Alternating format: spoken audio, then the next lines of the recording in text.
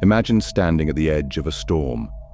Around you, chaos roars, voices demanding, expectations pressing, emotions swirling.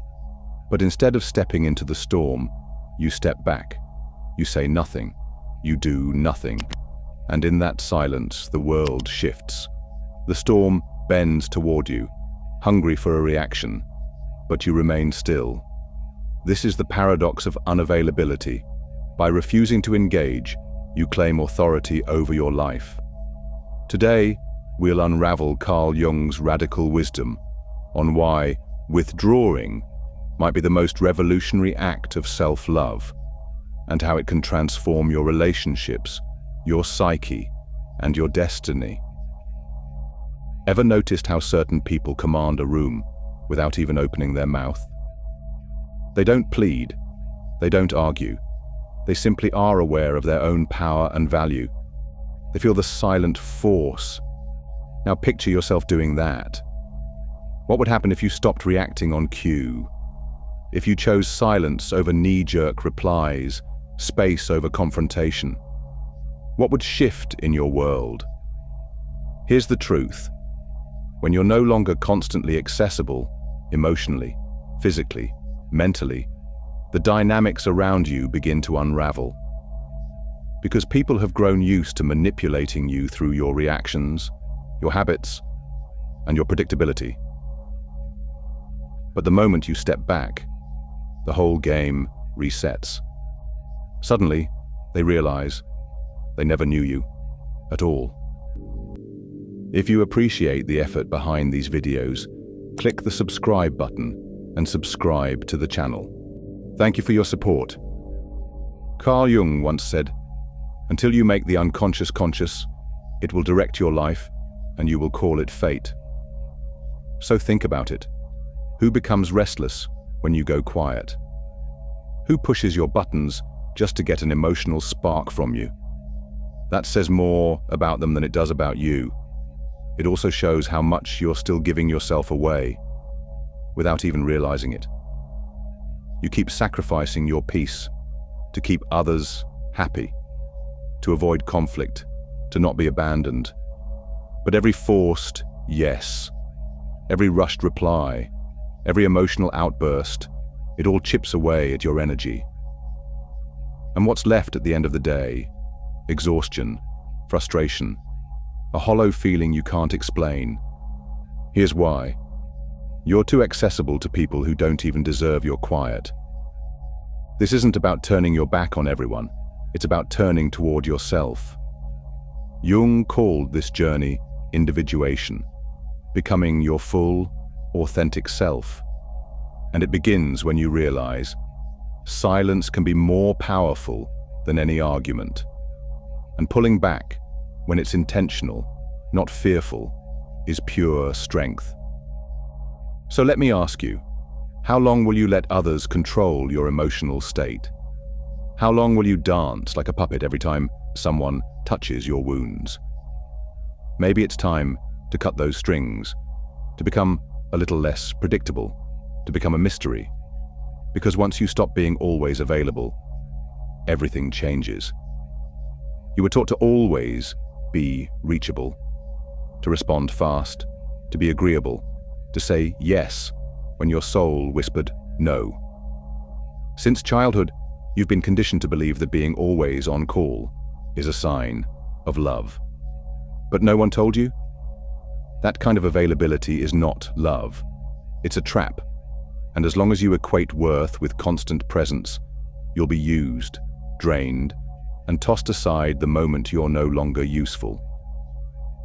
Here's what people won't tell you. If you're too available, you become too familiar.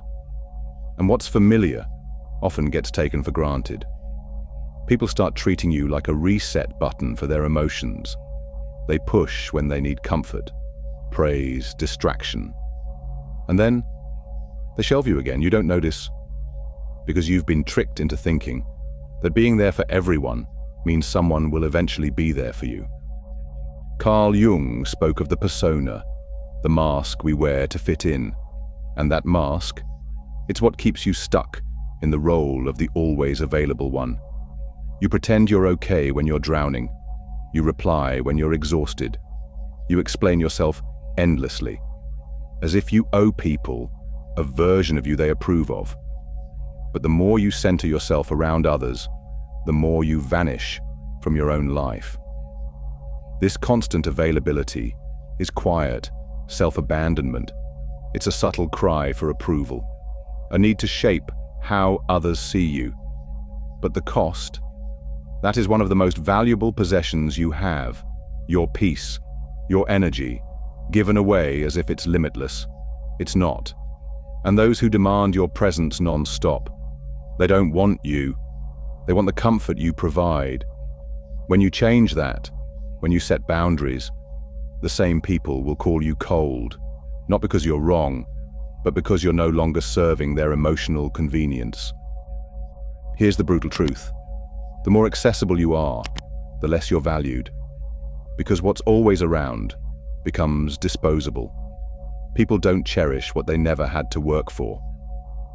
So ask yourself, who actually deserves your time, your energy, your presence? And more importantly, who deserves your absence? But before answering, there's something deeper you need to face. Why do you react so easily? Why do you rush to explain, to fix, to please? The answer lies in Jung's idea of psychic energy. Every emotion, every thought, every action, it draws from your inner battery. And the question is, are you deciding where that energy goes? Or is the world deciding for you? Every time you reply to a pointless provocation, every time you defend yourself against petty criticism, every time you give energy to someone who doesn't value you, you're bleeding your soul dry. Jung warned, what you resist persists. The more you react, the deeper you sink. People who are constantly drained aren't weak. They're just giving their energy to the wrong things. And here's what happens when you're always depleted. You become easy prey. Manipulators can smell that exhaustion. They know exactly how to trigger you. They don't have to shout. They just poke your exposed nerves. And you respond. Every time. But real power, it's not in the reaction.